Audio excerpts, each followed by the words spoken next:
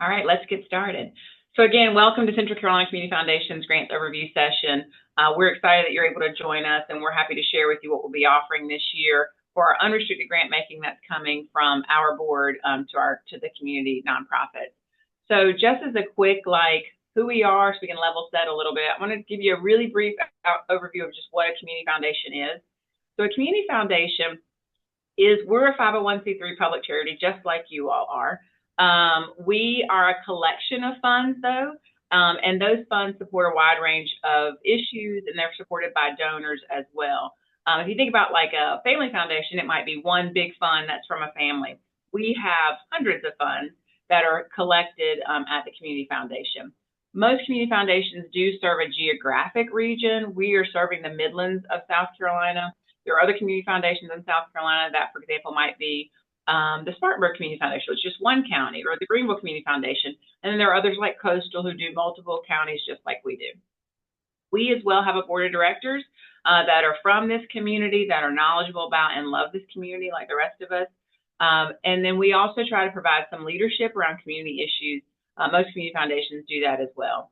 We try to help our donors when they are looking to really to live out their philanthropic goals.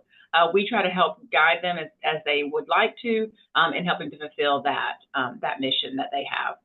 So what specifically do we do as a community foundation? Central Carolina Community Foundation, our whole goal is to make this community a better place to live, work, play, recreate, raise children. And we do that in multiple ways. One of the biggest things we try to do is make connections. If you guys know me, which I didn't introduce myself, I'm Erin Johnson. I'm Vice President for Community Investment here at the Community Foundation. One of the things that we love to do is connect people who are doing good work and say, hey, did you know about this organization or that person who's doing this, so that we can hopefully increase efficiency and minimize extra work. We also have nonprofit funds at the Community Foundation, which we'll tell you about here in a little bit. Some folks don't know this, but we also offer scholarships to students who are most of them are going to college, but we do have some for some primary schools as well. We do a nonprofit award. We have donor advised funds, which if you're not familiar with those, your development people certainly should be. And we do competitive grant making, which we'll talk about today, as well as our special initiatives like our giving days, like Midlands Gives and Give 828 at midlandsgives.org.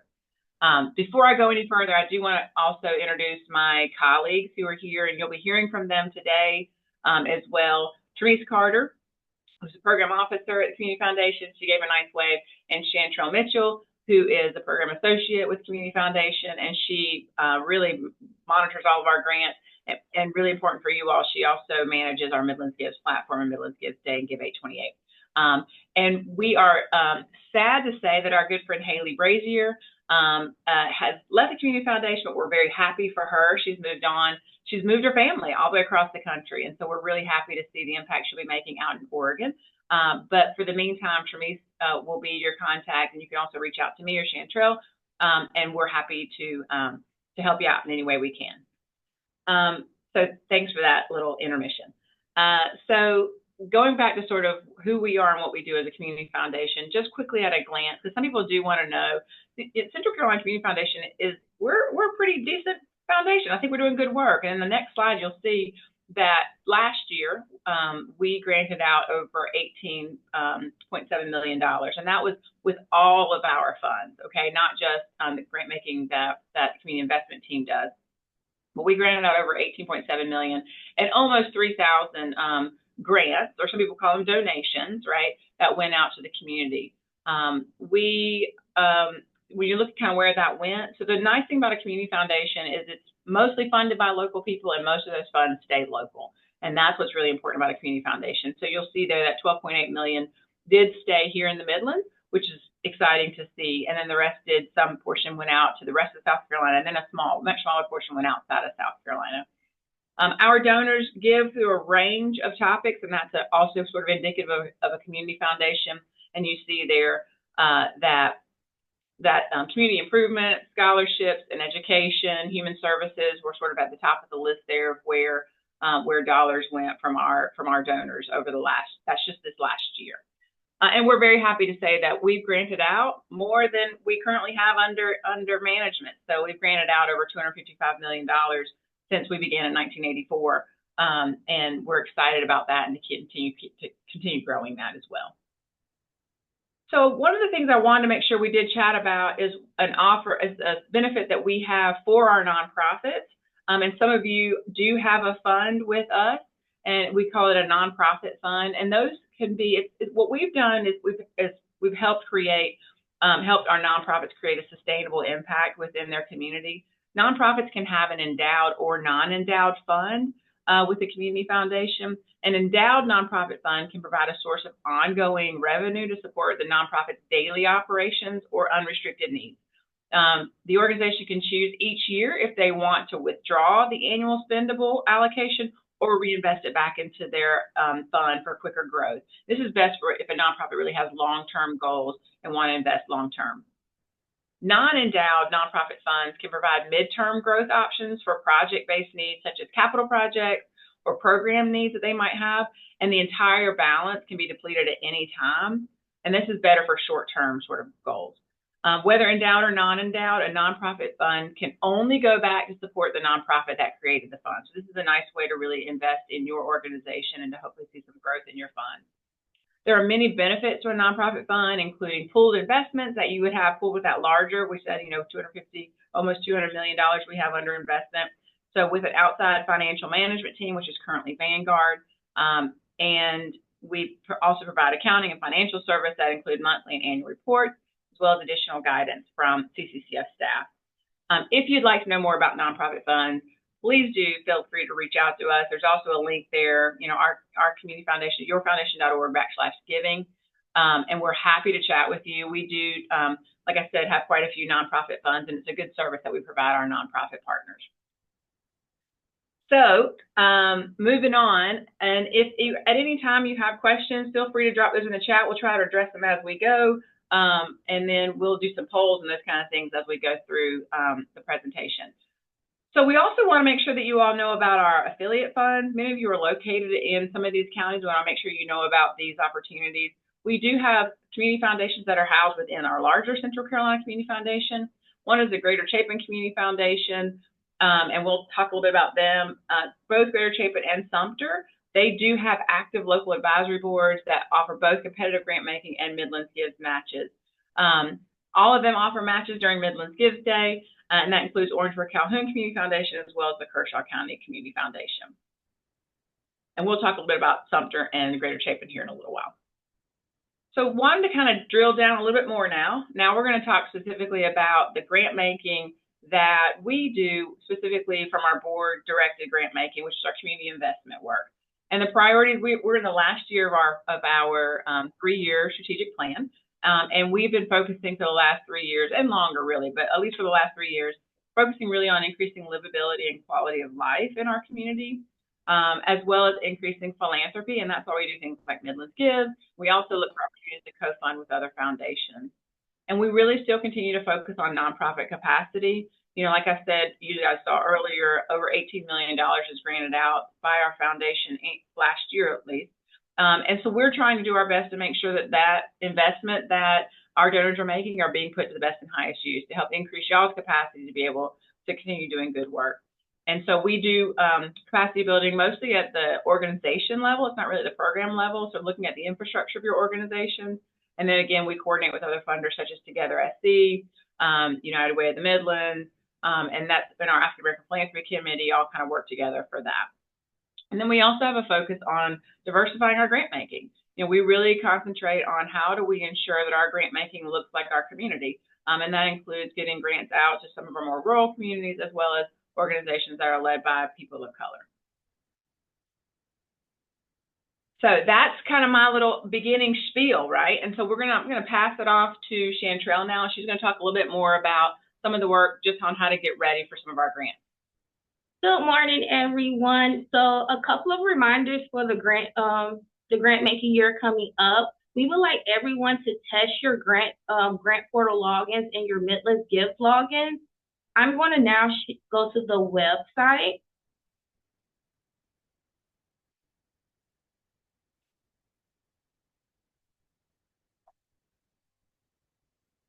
Can you guys see my screen? All right.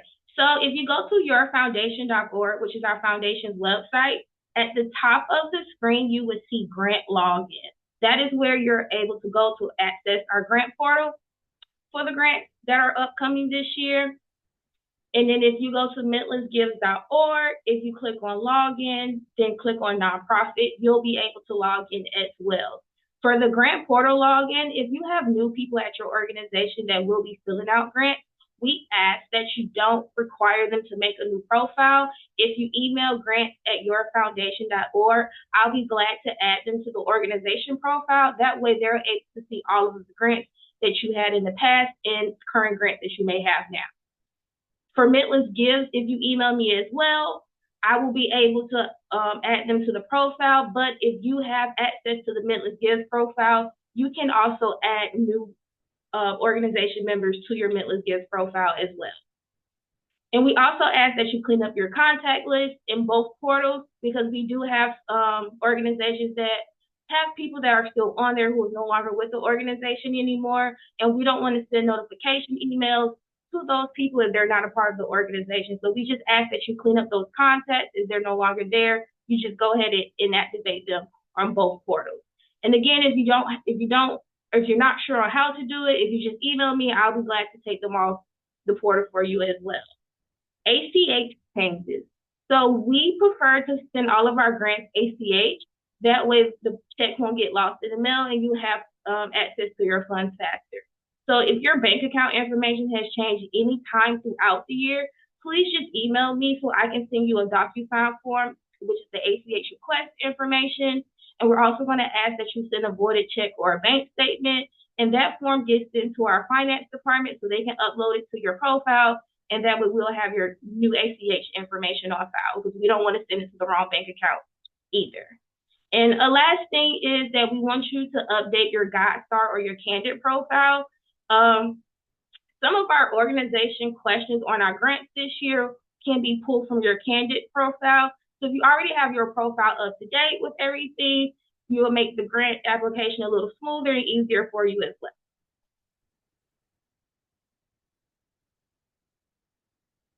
So we're going to go ahead and launch our first poll. What is your experience with CCCF and grant making? And we're just going to give you a minute or two to answer that poll.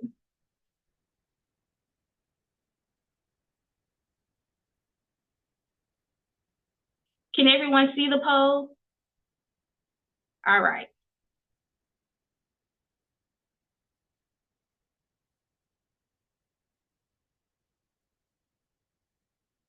Okay, the answers are coming in.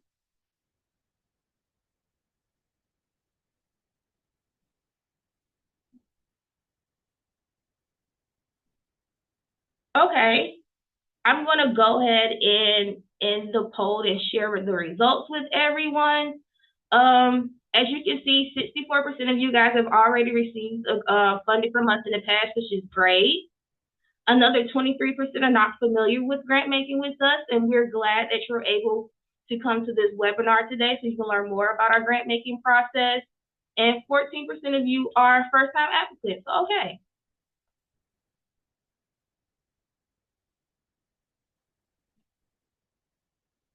So on Your Foundation website at the grant portal login, this will be the website page that you'll come to when you click on that link, and you just enter your email address and your password. If you forget your password, you can click on forget your password and it will send out a reset your password link to your email address that you use.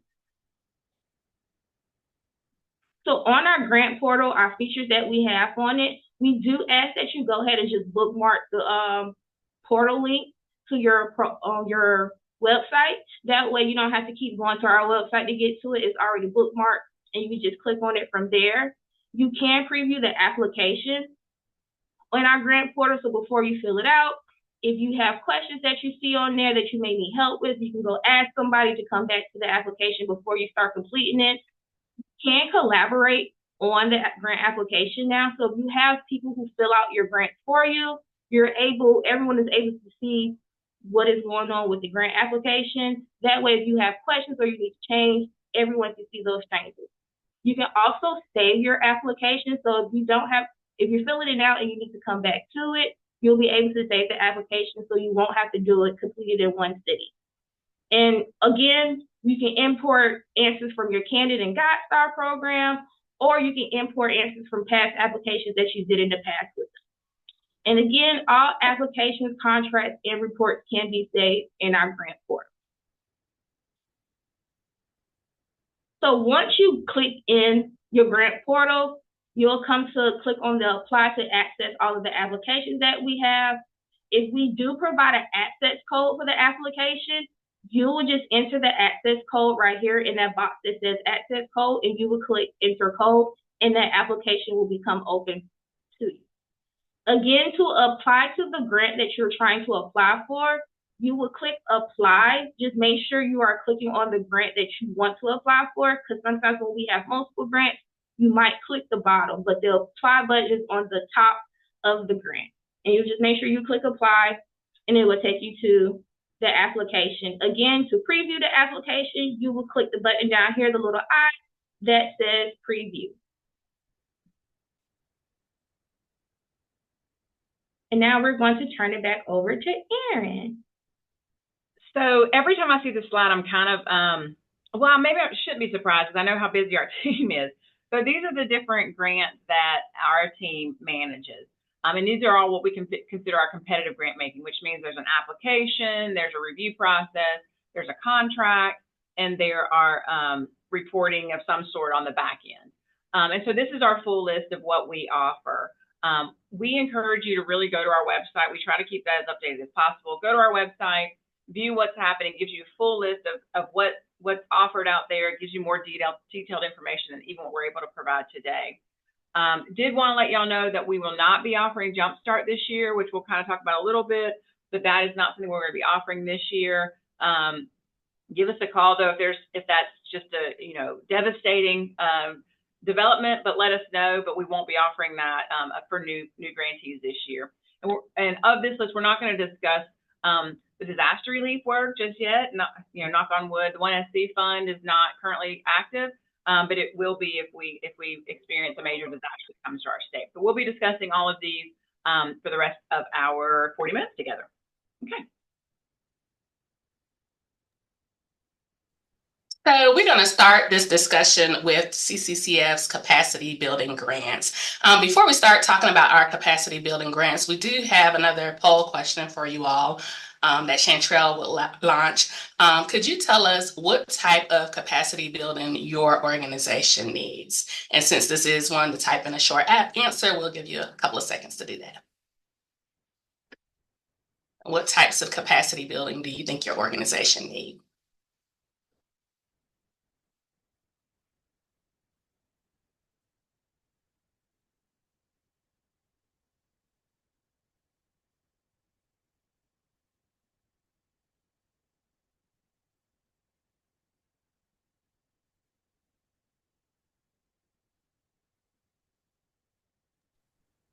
Some answers are coming in. We'll give it a couple of more seconds.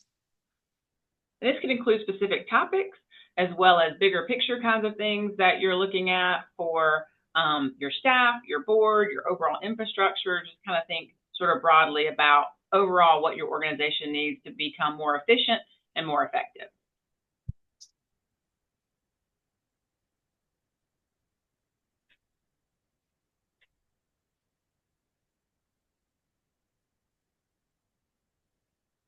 We'll give it another second here, and we'll look at some of the responses.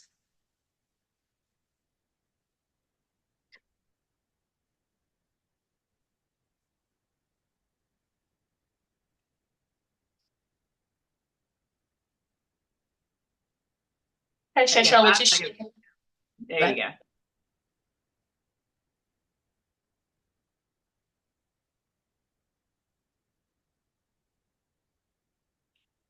Are you able to share our responses, Chantrell?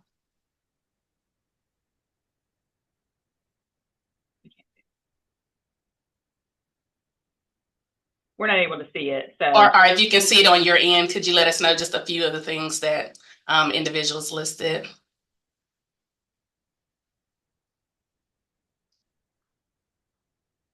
You're gonna have to unmute, Chantrell. Okay. Can you hear me now? Yes. Okay. So we had some that put board engagement, funding to do more food bank stops to serve more people, funding for a larger facility, help with funding new programs, fundraising.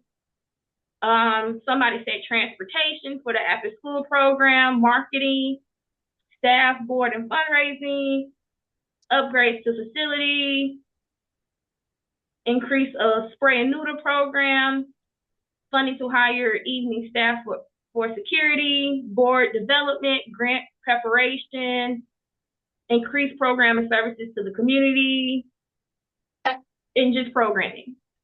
Okay, thank you all for completing that, and we will look at these responses further as we develop ways that we will engage with nonprofits throughout the year. So thank you for sharing those. And now I will go into some of the capacity building opportunities that we do have, and some of them may be able to already meet some of the needs that were identified. So we will start with our organizational capacity building mini grants that we have here at the foundation.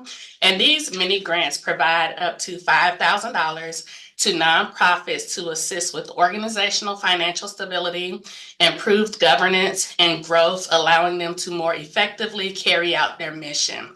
This is not a programmatic capacity building grant, so this is not related to increasing your programs. However, it's really looking at your organizational capacity and the work that you do. So examples of some activities that this grant would support would be strategic planning, succession planning, board development, and maintenance planning. And several of you mentioned some of these things in the poll a moment ago.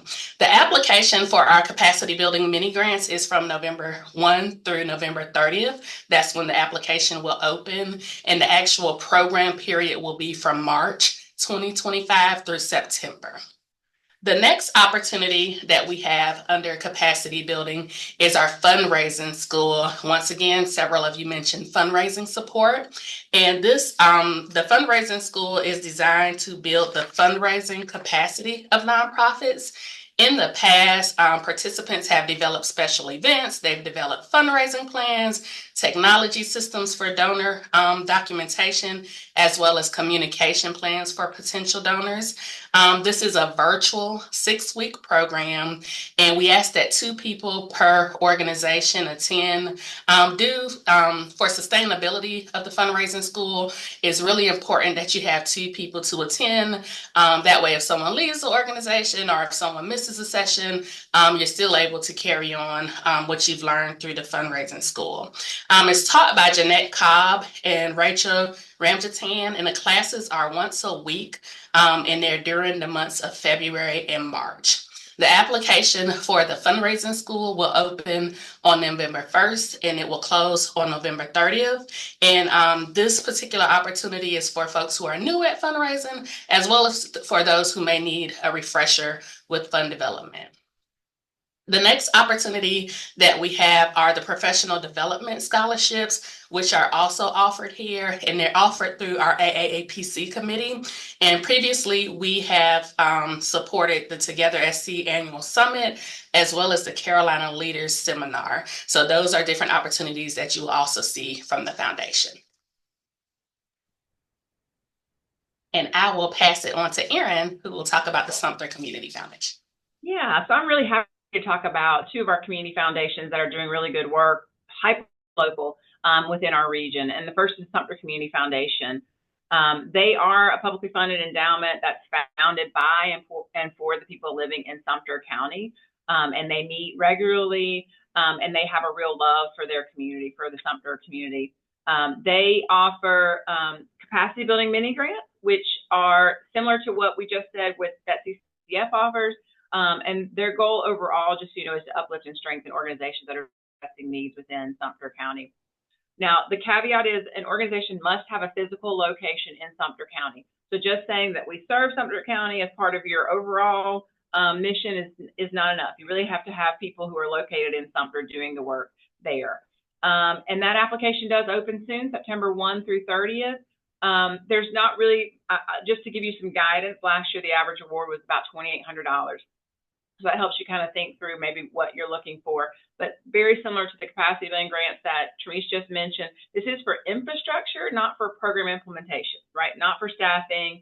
This is really to think through how do we strengthen our organization and the work that we're doing in Sumter County. And then the Sumter Community Foundation also offers Midlands Gives matches in May. And that's usually a one-to-one match for the first $500 that your organization raises. But again, you need to be listed as a Sumter Community Foundation, a Sumter nonprofit on our website. So that actually needs to be, for the matches, that actually needs to be where your organization has its IRS determination, address, those kind of things. And so that's just a little caveat there for that one. And the Sumter Community Foundation is doing really good work, and their application is going to open up then on September 1. And then I'm also really happy to share with you about Greater Chapin Community Foundation. They are doing incredible work as well. They really, really have a love for Chapin and the Greater Chapin area, which they define as Valentine, Chapin, Little Mountain, Peak, Prosperity, and White Rock, so the Greater Chapin area. And again, their goal is, again, to uplift and strengthen organizations that are addressing needs in the Greater Chapin area. But this one is not a capacity building grant. It really is just folks who need a little bit of extra dollars to do good work in Chapin. And for this one, you don't have to necessarily, I would say it'd be ideal if you're housed in Chapin, but you need to be very, very clear specifically on how you're working in Chapin. If you do not have staff there, it needs to be very clear, like this is how we're set up and we're serving specifically the people with Chapin, the Greater Chapin area. Again, the average award last year was $1,300. So that gives you an idea about how much your request should be, give or take. A little bit, some were more, some were less. And then also Greater Chapin also offers Midlands Gives matches as well. And again, this one you actually need to physically have your address be in that Greater Chapin area for those matches to be eligible for that, for the Midlands Gives matches. So those are our two community foundations that are offering actual competitive grants. Both of those applications open on September 1. If you have any questions, certainly let me know. Now we will share some information about our AFLAC grant. And I'd like to start by saying that AFLAC has been one of CCCF's In Good Company partners for Midlands Give since the inception of Midlands Give. So we are grateful for that. The AFLAC grant focuses on the areas of interest, which are health and well-being and education. So those are the two categories that you may apply for a grant under. The AFLAC grant does have 2 cycles. And last year, the open application period was shortened. So please note that it's a 2-week application period. So for the January through December project, the application opens September 1 through September 15th. And then for the July through June project, the application will be open March 1st through March 15th.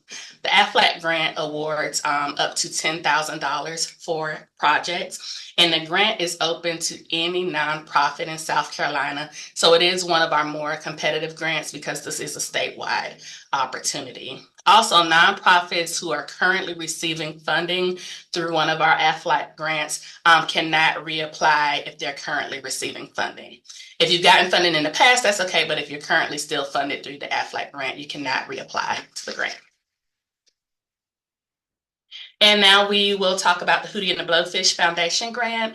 And the Hootie and the Blowfish Foundation offers area of need grants to public schools, which are higher need schools, as well as other nonprofits. Once again, this is another one of our statewide grants. So applicants can come from statewide. The band annually selects the areas of need that they will fund, and generally we find out those areas of need in January.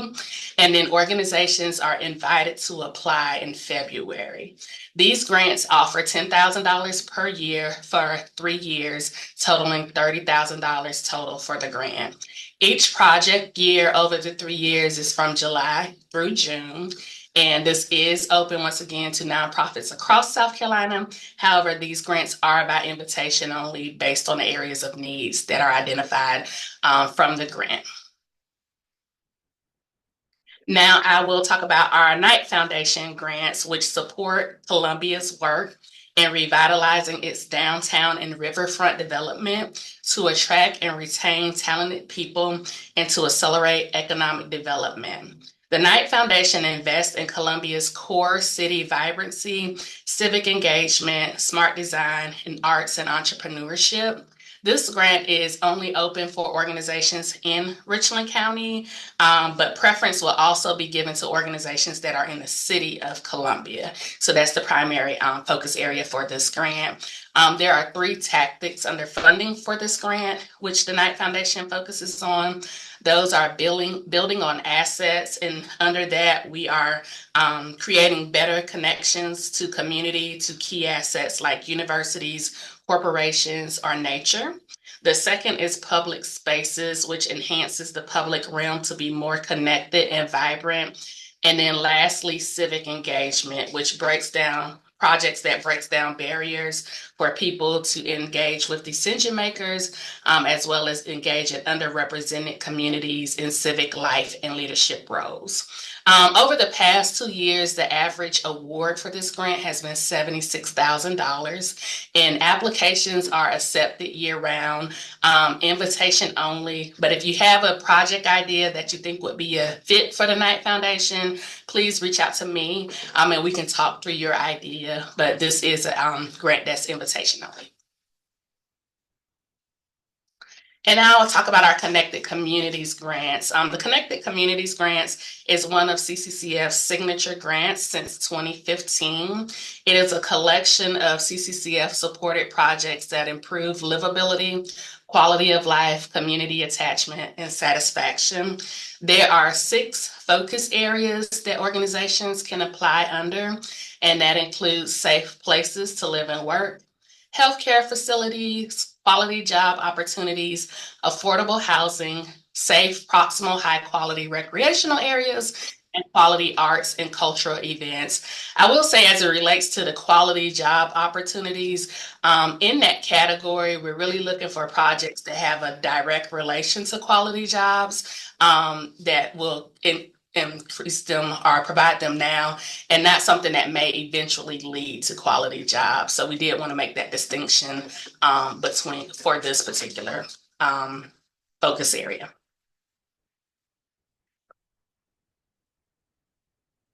So if you're interested in one of the Connected Communities grants, your organization must be a 50C13 public entity, public institution, or faith institution, and you must also be registered for Midlands Gives. The Connected Communities grants amounts range from $10,000 to $60,000, and this is one of our challenge grants, which require a match.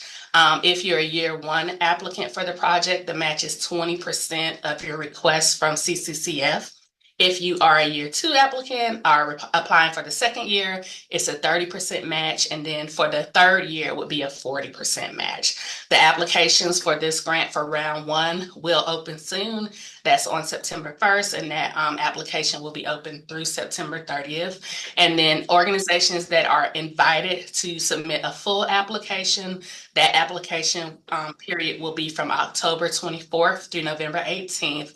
And then the final round or phase of this application process is a presentation to the board or the committee, and those will take place on January the 8th and 9th. And the project timeline for this, the Connected Community grants, are from March through February 2026. And lastly, I will talk about our general operating support grants. In 2021, CCCF began awarding general operating support grants, and they provide unrestricted funding to support organizations' missions. With these grants, we hope that organizations will be able to better respond to community needs in a faster and more efficient way. I will share to you what we've done in the past with our general operating support grants, but I would like to say that we are in the process of wrapping up an evaluation of this grant. So some of the information that I share may change, and we'll have updated information around October or November that will be released through our nonprofit newsletter as well as on our website. So if you are not signed up to receive the nonprofit newsletter, please do so you can receive information when it comes available. And Erin will drop the link for you to sign up to subscribe to the nonprofit newsletter in the chat. So the general operating support grants, typically organizations receive $10,000 for a total of 3 years, which equals $30,000 in all for the general operating support grants. And these grants, the application period is from January 1 through January 21st. The funds, once again, are unrestricted. However, organizations who do receive general operating support grants, we ask that you expense the funds annually each year. There is a self-assessment that organizations complete annually. We ask that organizations are registered on Midlands Gives and participate in Midlands Gives, and that you also maintain regular communication and engagement with CCCF staff. So once again, round one for the application will open January 1st through January 31st. There will be an applicant interest webinar on January 7th, where we'll go over the eligibility requirements and guidelines in more detail. And then round two of this application process will be in March of 2025. It's similar to Connected Communities, where there will be a presentation to the review committee. The project timeline is from June 1st, 2025 through May 31st, 2028. It's once again a 3-year project.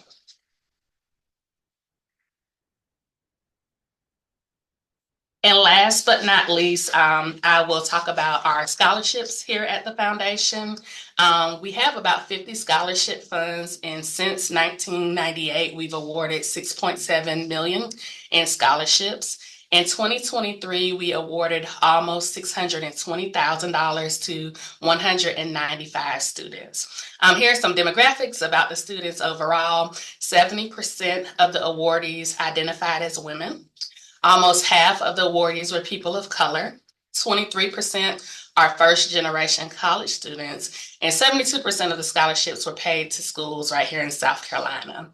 The median scholarship amount for our scholarship awards was $2,000, with 44% being renewable for up to 4 years, and most of the scholarships are need-based.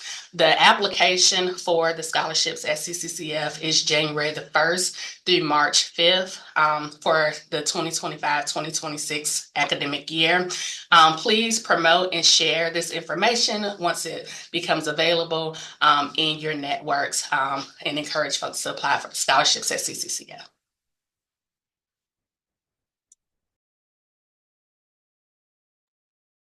So that is sort of an overview of our grants and what we're offering. And there are a few other little nuanced ones, like the Lynches River Conservation Fund. If you have any questions about improving the water quality along the Lynches River, please reach out to Tremise to talk a little bit more about that. That's a big program that we're helping to run.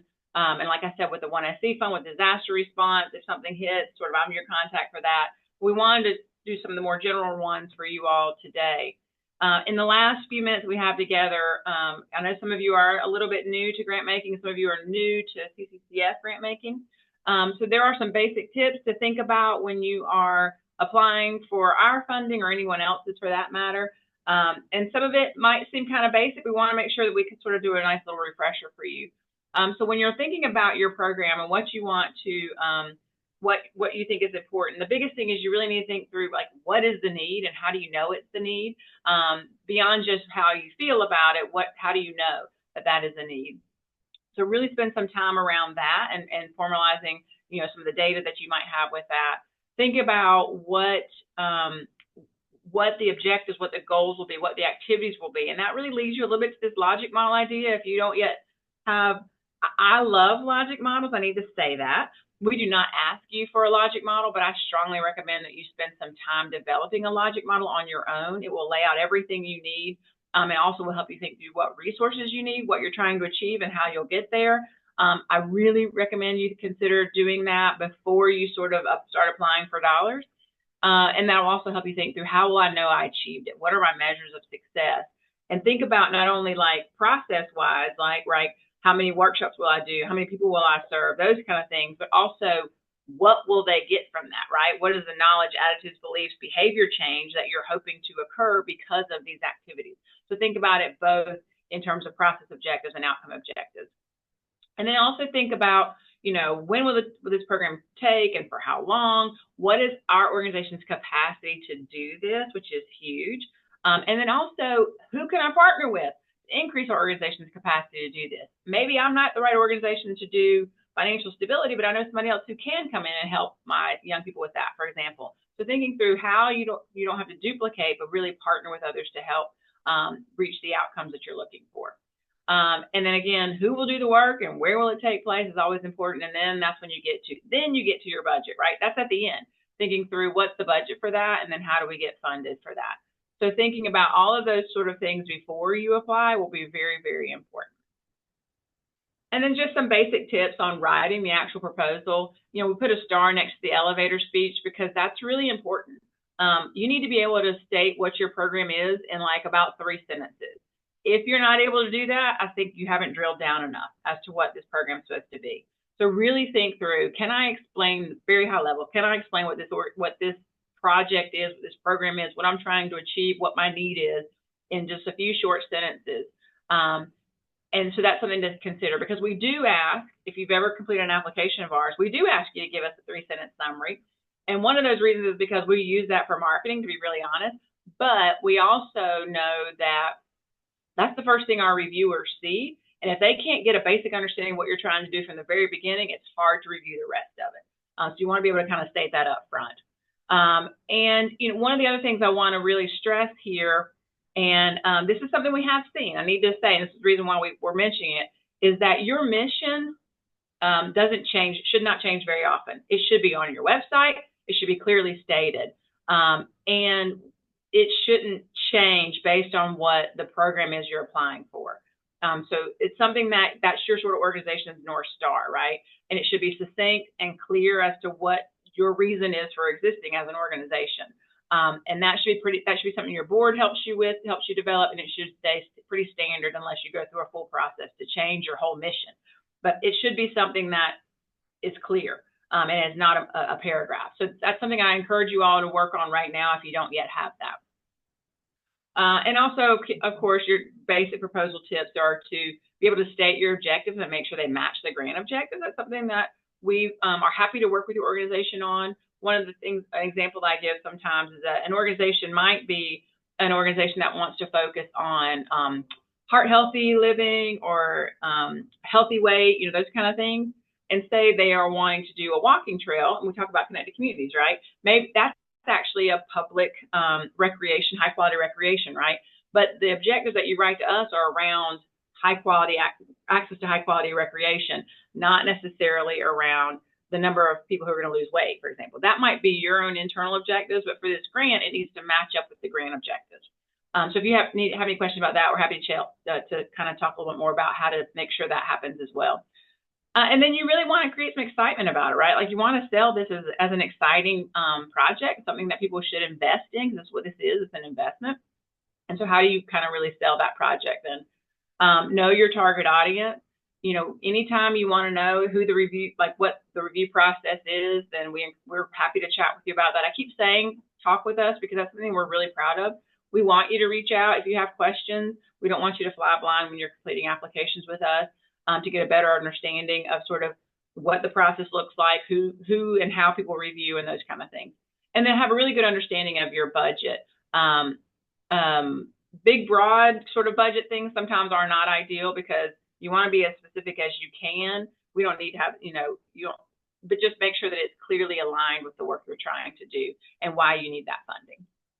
And then the other things to consider on the next slide are really to think about jargon. I know that you don't know when you're using it, but people who are not in your specific field will not understand you. So be really mindful about jargon and abbreviations. Boy, there's a lot of abbreviations. Try to avoid those because we might not know exactly what you're talking about and you'll lose your reviewer. And I also say ask a true friend to review it and don't take it personally if they say, hey, this needs some work. Ask someone else who's outside of your little world to kind of take a look at that. I also want to encourage you that data is good, but sometimes there's an abundance of data and that can lose your reviewer really quick. So make sure you're including data that specifically supports why it is that you need this program funded. And try not to go too deep into the weeds with some of that because again, we mentioned some of our applications, we do get quite a bit. And if you don't want to lose your reviewer, so really make sure that you keep it where it's understandable, but not too much, like I said, into the weeds. anytime you have questions, reach out. Most funders I know are more than happy to talk with you about any questions you might have. If you want, even we also can help talk through before you submit, right? We would prefer that so that you can help strengthen that application, answer any questions you might have.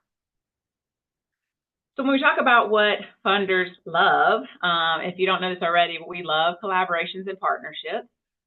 We know that there is limited time and limited resources, limited capacity. So we encourage you to partner and to collaborate with others, institutions, other nonprofits, anything like that. It'd be ideal to get interest and support before you kind of propose this. We have had some nonprofits who have been all gung-ho about a project. They're all in, they get funded, and then they realize the community didn't really want that, or it wasn't an ideal fit, or it wasn't the right timing. So make sure you reach out ahead of time to get support, to better inform your work, and then tell us about it. If you already have interest, if you already have partnerships and people who are willing to donate, let us know that so that we know that this is truly community-driven. If you have a client advisory committee or somebody who provides input, that's also a very good thing. We all should have that, to be fair. So make sure that you try to have that when you're developing your programs as well. And it needs to be, if it's a well-documented current need, that's even better, because then the committees can go, oh yeah, I did hear about that. I knew this was a problem. I knew food insecurity. I knew housing insecurity. I knew that was an issue, whatever that is. So if it's a current need that's well-documented, wonderful. If it's not well documented, but we know it's a need, tell us how we know that. We might not have known. Oh, I didn't realize that many folks were struggling with, vision impairment, those kind of things. And then also, of course, funders like positive public exposure. Some of you do a really great job of making sure that the community knows about your work, that the media knows about your work, and certainly we love to be associated with any of these really great projects that you guys promote out there. So obviously funders would love to be associated with any positive public exposure as well. It probably goes without saying, but we want to make sure we continue saying it. Follow the instructions, do what we ask with the applications. It's kind of there for a reason. And here, if it's a real hassle what we're asking, let us know that, because we might not know it. And so if there's something that's really just a big, speed bump in the middle of the work you're doing and how we're asking you to do things, please let us know that. But if it's not too hard, please follow the instructions that we put out there. And then obviously submit your proposals and your reports on time. With our new grant making software, you'll get reminders. It's very clear on your dashboard when things are due. So we encourage you to log on to that as well, and don't ignore some of those emails. And then again, we mentioned it before, but a clear and concise mission statement that should align with the programs that you're requesting funding for is certainly something that we would like to see.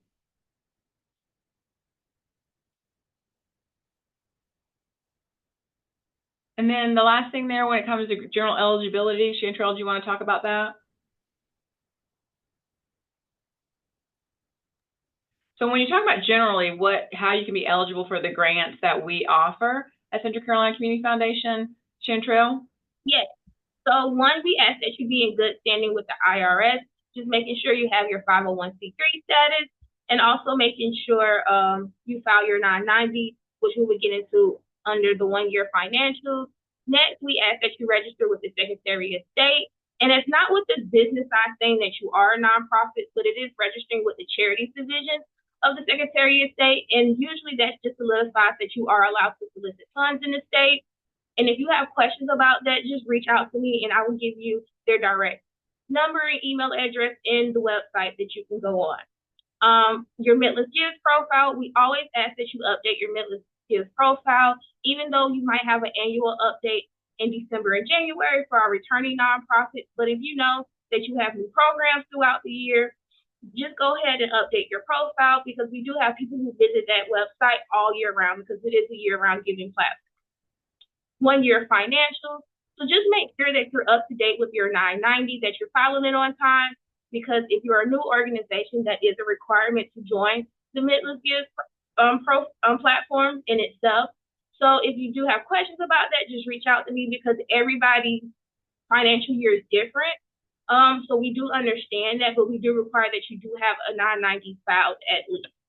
And then making sure that you are located in our 11 county footprint. So if you are an organization that your national headquarters is not in our 11 county footprint, we do ask that you have an office or a staff member who do live in the county. I do want to kind of reiterate what Chantrell said about the Midlands Gives profile. It is strongly recommended that you have a profile on Midlands Gives if you are located here in the Midlands, because that really is the first way we find out about your organization. It does give us a lot of good, robust information about you and your organization. It also shows us that you're trying to raise unrestricted dollars on your own, right? So if your organization does not have a Midlands Gives profile and you are located here in the Midlands, it's a good idea to go ahead and start that process now. It can take 30 to 45 days to get that approved. So maybe I would strongly recommend you go ahead and start that process now. So that way you'll have that profile up and ready to go by the time we're reviewing applications at the end of September. And now we're at questions. If you have questions, you can drop them in the chat, or you can just raise your hand and speak.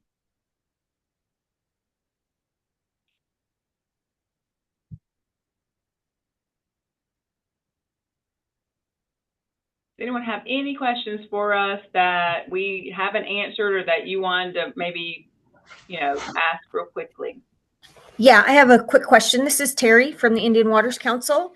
And I'm just wondering, I know I've asked this question before, but seeing the way it was just explained, or hearing the way it was just explained.